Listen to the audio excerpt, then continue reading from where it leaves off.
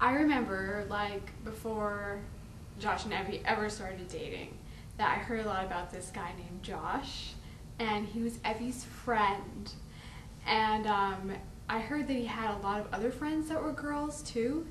And I kind of suspected, or somehow Evie alluded to the fact that possibly she was interested in being more than friends with him. Well, then I had never met Josh until we dropped her off her senior year, and I had no idea who Josh was. Because I was coming down to California with my parents and Evie to drop her off at school, and I was thinking, man, he's got a lot of other friends that are girls. I don't know about this guy, you know, kind of shady there. And we were driving through Bethany University, and she said, "Stop the car." I saw this young skinny guy run up and just hug Evie and say, "Hi, Evie!" And I saw like this entourage of girls following him around. And the first thing I thought was, who is this guy? And all his friends, and I don't want him near my sister. And so she said, that's Josh. I'm like, oh, okay. Can't make up his mind. My impression of Josh was he being a little goofy and a little weird and really hairy. I was thinking, man, he must be living with a bunch of guys right now in the dorm. Fortunately, that at least the weird part's gone. Harry's maybe still a little hairy sometimes, but definitely very mature. So, very mature man. The first time that in meeting Evie, that I met Evie was, I just thought she was very sweet, very cute, very pretty, very quiet and shy, but adorable. I thought she was really sweet. To clearly outclass Josh. Yeah. One time me and Evie made banana bread at her house, and we drank this peach ginger tea. It was really good. And it was a lot of fun being domestic together. See, it had to be her senior year. I think in the fall she called and said that she started dating Josh. Well, before that he called and he asked permission that's right. to see my daughter, to date daughter, I guess. So we were very impressed with that. Knowing Evie's ability to handle boys, I trusted her to handle Josh. I remember at Evie's graduation, and I went and I was talking with Peg, and I just was very emotional, actually, and I said something to the effect of, Peg, I don't know what the Lord has in store for our two kids, but I want you to know that we really, really love Evie.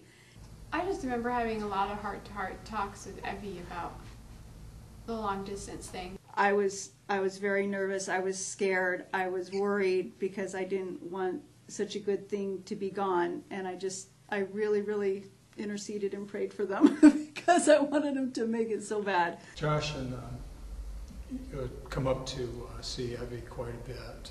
Seemed like every 2 or 3 months he would come up and stay, sometimes for a weekend, sometimes for a lot longer. It's hard to be away from each other, but you know, that would be. It says a lot That's what I about the remember about relationship that to be able to be apart that long. They did it. They did it for 2 years, and now it's here. Yay. So I get this phone call, and it's Josh, and I'm going, "Hey Josh, how's it going?" And he goes, "Good. I'm just thinking about proposing to Evie." And he goes, "But I'm not sure." And I said, "Well, you really need to think about it. I mean, do you love her? And you know, no, not about that. I know I love her. I'm just not sure how I'm supposed to propose to her."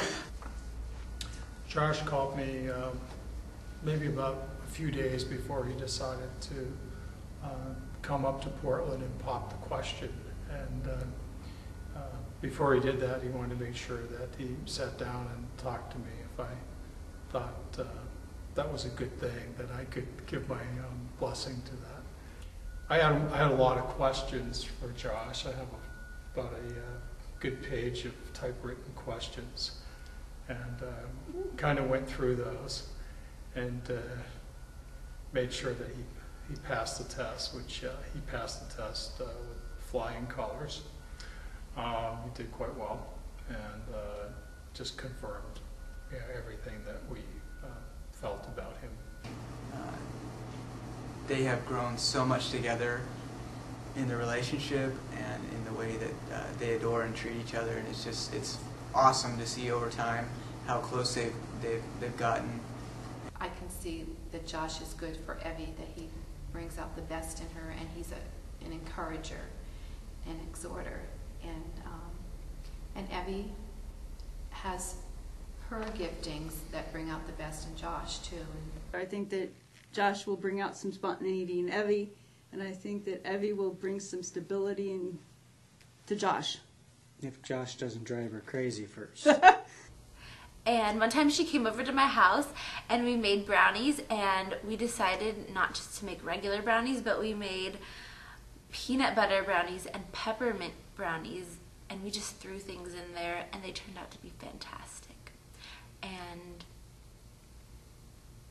Evie's just creative like that, and she inspires me to be a better person and a better baker.